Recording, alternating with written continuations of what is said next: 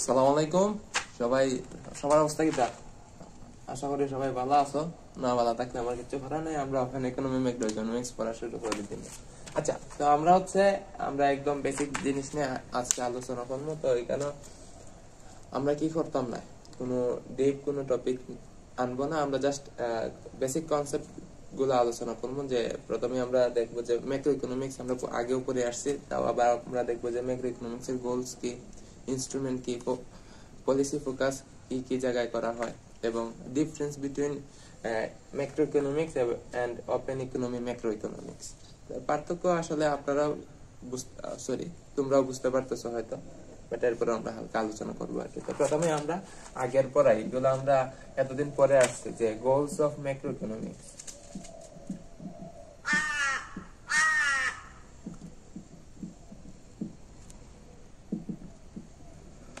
তো macro economics এর গোল প্রধানত তিনটা। আমরা দেখতে পাচ্ছি যে ম্যাক্রো ইকোনমিক্স এর গোলস কয়টা? তিনটা। Economic growth, full employment and price stability. Economic growth কি? আমরা জানি যে over the time the production of goods and services grow করাটাই হচ্ছে কি, বাড়াটাই হচ্ছে ইকোনমিক গ্রোথ। গত বছরের তুলনায় আমার এই বছর যদি আমার প্রোডাকশন বেশি হয়, তাহলে আমরা বলবো আমাদের ইকোনমি গ্রো করছে। আর হচ্ছে ফুল এমপ্লয়মেন্ট। আমরা জানি যে যে পরিমাণ workers able and willing to do job, তারা কি জব পাইতেছে কিনা, তারা কি কাজ করতে পারতেছে কিনা, সেটা হচ্ছে ফুল এমপ্লয়মেন্ট। আমরা ন্যাচারাল আনএমপ্লয়মেন্ট জানি, তো ন্যাচারাল আনএমপ্লয়মেন্ট বাদে যেন যারা উইলিংনেস আছে কাজ করার, তারা যেন কি পায়, এমপ্লয়মেন্ট হয়, সেটা হচ্ছে ফুল এমপ্লয়মেন্ট। সেটা হচ্ছে একটা গোল। আর একটা গোল হচ্ছে প্রাইস স্টেবিলিটি। যে আমরা জানি হচ্ছে কি, যে ইকোনমিক গ্রোথ এবং ফুল এমপ্লয়মেন্টের দিকে যদি যাইতে চাই, তাহলে আমাদের কি হয়, প্রাইস স্টেবিলিটিটা থাকে না, ইনফ্লেশন দেখা দেয়। তো এখানের মধ্যে ট্রেড অফ করতে হবে, যে তিনটাই আমাদের টার্গেট থাকে, গোল থাকে, যে আমাদের ফুল এমপ্লয়মেন্টও অ্যাচিভ করতে হবে, সাথে সাথে প্রাইস স্টেবিলিটি অবস্থায়। আমরা জানি কি, যে এমপ্লয়মেন্ট এন্ড ইনফ্লেশনের মধ্যে একটা নেগেটিভ রিলেশন থাকে, যে আমি যদি এমপ্লয়মেন্ট বাড়াইতে চাই, তাহলে ইনফ্লেশন বাড়ে। আবার যদি ইনফ্লেশন কমাইতে চাই, তাহলে আবার কি হয়, ফুল এমপ্লয়মেন্ট আবার কমে যায়। তো এইখানের মধ্যে আমাদের কি করতে হবে, ব্যালেন্স করতে হবে। তো আমাদের টার্গেট থাকে তিনটাই, ইকোনমিক গ্রোথও করব, ফুল এমপ্লয়মেন্টের যত কাছাকাছি যাওয়া যায় সেটা আমরা চেষ্টা করি।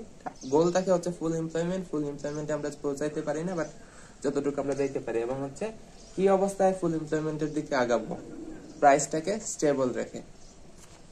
আচ্ছা, তো এইগুলো হচ্ছে কি ম্যাক্রো ইকোনমিক্স এর গোল। এখন আমরা দেখবো যে এই গোলগুলা অ্যাচিভ করার জন্য আমরা কি কি ইনস্ট্রুমেন্ট ব্যবহার করি। আমরা গোল ইনস্ট্রুমেন্ট তো বুঝি।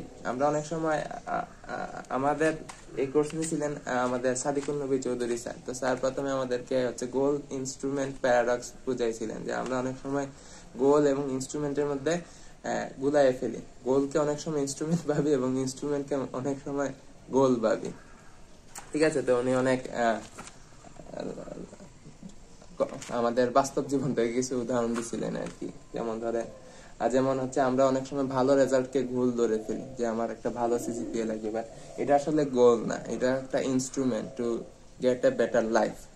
যে আমাদের পরবর্তীতে একটা ভালো জীবনের জন্য আমাদের লক্ষ্য কিন্তু ওইটা। এখানে একটা ইনস্ট্রুমেন্ট হচ্ছে কি, সিজিপিএ যদি একটু বেশি হয়, তাহলে এটা আমাকে হেল্প করতে পারে। তো আচ্ছা, আমাদের ম্যাক্রো ইকোনমিক্স এর গোল কিন্তু এই তিনটা। ঠিক আছে, এখন এই তিনটা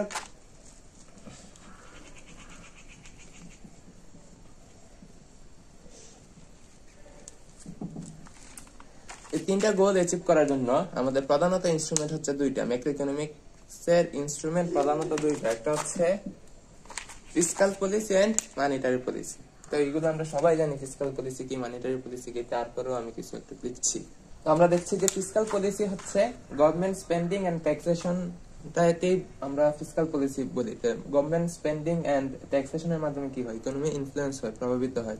যেমন গভর্নমেন্ট স্পেন্ডিং যদি বাড়ায় দেয়, তাহলে ইনফ্লেশন কি হবে, বেড়ে যাবে, বাট এমপ্লয়মেন্টও বাড়বে, সাথে সাথে ইকোনমি গ্রোথও হবে। ঠিক আছে, তো ট্যাক্সেশন যদি ট্যাক্সেশন বাড়াইলে হচ্ছে, যদি ডিরেক্ট ট্যাক্সেশন বাড়ায়, তাহলে কি হবে, ইনফ্লেশন কমবে, বাট যে ইকোনমিক গ্রোথ কমে যাবে। আচ্ছা, তো এইগুলো হচ্ছে কি একটা পলিসি বা ইনস্ট্রুমেন্ট ওই তিনটা গোল অ্যাচিভ করার জন্য। এবং আরেকটা ইনস্ট্রুমেন্ট হচ্ছে কি মনিটারি পলিসি। মনিটারি পলিসি কি set of action to control A Nations overall money supply. তো মানি সাপ্লাই কে কন্ট্রোল করার জন্য যে যে অ্যাকশন নেওয়া হয় সবগুলাকেই আমরা কি বলি মনিটারি পলিসি বলি। আর ফিসকাল পলিসি হচ্ছে যে গভর্নমেন্ট স্পেন্ডিং এন্ড ট্যাক্সেশন, অর্থাৎ সরকারের কর্মকাণ্ডটাই আসলে ফিসকাল পলিসি। মনিটারি পলিসি সাধারণত কেন্দ্রীয় ব্যাংক নিয়ে থাকে, কারণ হচ্ছে মানি সাপ্লাই কন্ট্রোল করে কে কেন্দ্রীয় ব্যাংক। তো মনিটারি পলিসির ভিতরে কি হতে পারে, ইন্টারেস্ট রেট হতে পারে, ব্যাংক রেট হতে পারে, তারপর required reserve ratio, repo rate, এগুলা হচ্ছে কি মনিটারি পলিসির ভিতরে থাকবে, কারণ এগুলা কি ইনফ্লুয়েন্স করে মানি সাপ্লাই কে ইনফ্লুয়েন্স করে। আমরা দেখি মনিটারি পলিসির কাজ কি। মনিটারি পলিসি কি করে, যে প্রাইস স্টেবিলিটি কে টেক কেয়ার করে, মানে প্রাইসটাকে কিভাবে স্টেবল করা যায় সেটা তার হচ্ছে মূল লক্ষ্য, with intention of economic growth and full step employment. সাথে সাথে তার আরেকটা ইন্টেনশন থাকে, সেটা হচ্ছে ইকোনমিক গ্রোথও হবে এবং ফুল এমপ্লয়মেন্ট থাকবে, বা ফুল এমপ্লয়মেন্ট থাকবে না, ফুল এমপ্লয়মেন্টে আমার পৌঁছাইতে হবে। তাহলে মনিটারি পলিসির মেইন ফোকাস হচ্ছে যে প্রাইসটাকে স্টেবল করতে হবে, সাথে সাথে প্রাইস স্টেবল রেখে আমার কি করতে হবে, ইকোনমিক গ্রোথ করতে হবে, ইকোনমিকে গ্রো করতে হবে, এবং সাথে সাথে এমপ্লয়মেন্টও কি করতে হবে, বাড়াতে হবে। এটা হচ্ছে কি মনিটারি পলিসির উদ্দেশ্য বা কাজ, কিভাবে কাজ করে। Fiscal policy two different.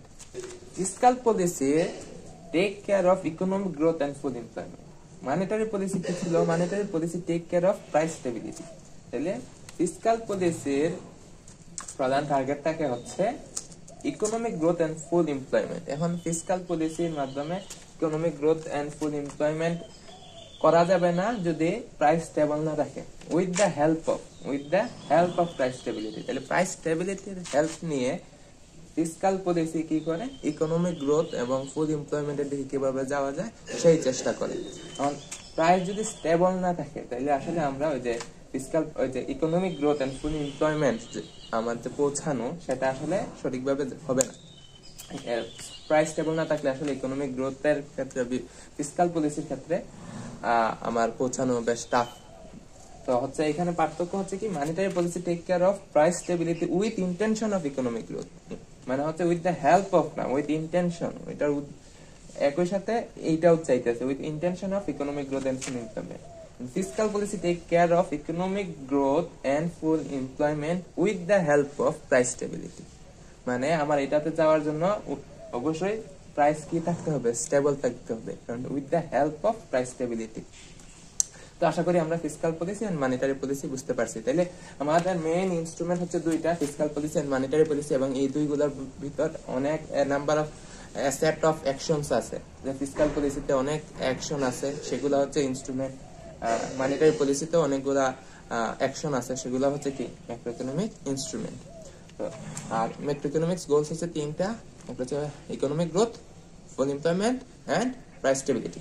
তো ম্যাক্রো ইকোনমিক অ্যানালাইসিস গুলো সাধারণত চারটা অ্যাসপেক্টের উপর ফোকাস করে। কয়টা? চারটা। তো এগুলো আমরা দেখি কি।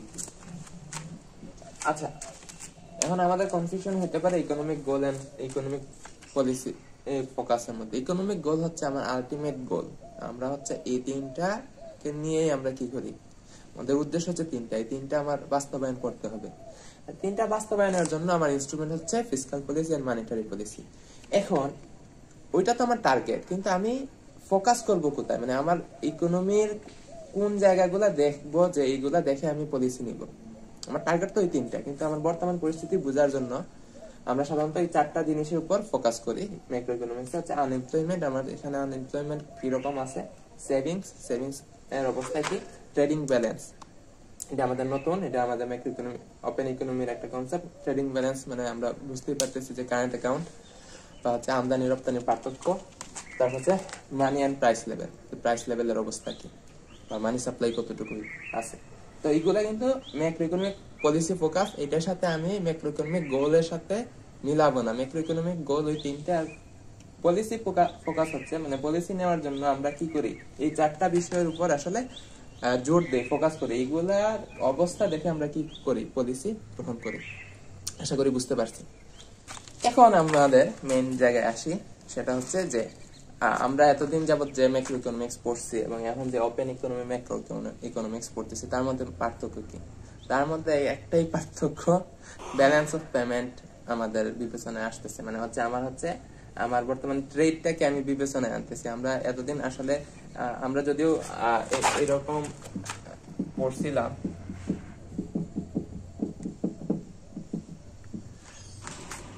কিন্তু আমরা যখন কোনো থিওরি পড়ছি তখন কিন্তু এই যে ইনভেস্টমেন্ট বাড়লে বা গভর্নমেন্ট এক্সপেন্ডিচার বাড়লে বা কোনো একটা কিছু হইলে আমার এইখানে কি প্রভাব পড়তেছে এগুলো নিয়ে কিন্তু আমরা আলোচনা করি নাই। তো আমাদের মেইন ফোকাসটা আসলে ছিল এইখানে, মানে ক্লোজড ইকোনমি নিয়ে। মানে হচ্ছে যেমন আইএসএল মডেলে আমরা কি করছি, ইন্টারেস্ট রেট বাড়ছে, এইরকম। তো ইন্টারেস্ট রেট বাড়লে এক্সচেঞ্জ রেটের কি হবে, ঠিক আছে, ওইগুলো কিন্তু আমাদের বিবেচনার বিষয় ছিল না, কিন্তু এখন আমাদের ওইটাতেও নিয়ে আসতে হবে। এইটাও আমার কি হবে, যুগ হবে। কারণ বর্তমানে আমরা কি করবো, ওপেন ইকোনমি ম্যাক্রো ইকোনমিক্সে যে আমাদের হচ্ছে এক্সচেঞ্জ রেট একটা অন্যতম একটা কনসেপ্ট চলে আসতেছে। যে কোনো সিদ্ধান্ত নেওয়ার ক্ষেত্রে এক্সচেঞ্জ রেটের কি হইতেছে, এক্সপোর্ট ইম্পোর্টের কি ধরনের প্রভাব পড়বে, এগুলো আমরা এতদিন বিবেচনা করছি না। ইন্টারেস্ট রেট বাড়লে আমার আমদানি রপ্তানির কি হবে, আইএসএল মডেল বা অন্যান্য মডেলে কি আমরা সেটা আলোচনা করছি না। কিন্তু বর্তমানে আমাদের কি করতে হবে, এটা বিবেচনায় আনতে হবে যে আমার ইন্টারেস্ট রেট বাড়লে ক্যাপিটাল ইনফ্লো কিরকম হবে, ক্যাপিটাল আউটফ্লো হবে কিনা, ক্যাপিটাল অ্যাকাউন্টের কি হবে, কারেন্ট অ্যাকাউন্টের কি হবে। তো আমাদের মেইন পার্থক্য হচ্ছে এটা, ওপেন ইকোনমি এবং ক্লোজড ইকোনমির মেইন পার্থক্য হচ্ছে কোথায়, এই যে এখানে। আরেকটা পার্থক্য যদি আমরা বলি,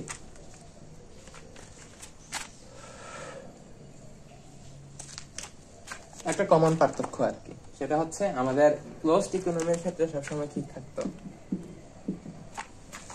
সেভিংস এন্ড ইনভেস্টমেন্ট কি থাকতো, সমান থাকতো। অর্থাৎ আমার দেশে যে পরিমাণ ইনভেস্টমেন্ট আমার করতে হবে, আমার দেশে অবশ্যই সেই পরিমাণ কি থাকতে হবে, সেভিংস থাকতে হবে। কিন্তু ওপেন ইকোনমিতে নট নেসেসারিলি আমার যে পরিমাণ ইনভেস্টমেন্ট থাকবে সেই পরিমাণ সেভিংস থাকতে হবে। যেমন বাংলাদেশ যে পরিমাণ ইনভেস্ট করে, আমরা বাংলাদেশিরা কি সেই পরিমাণ সেভিংস করি?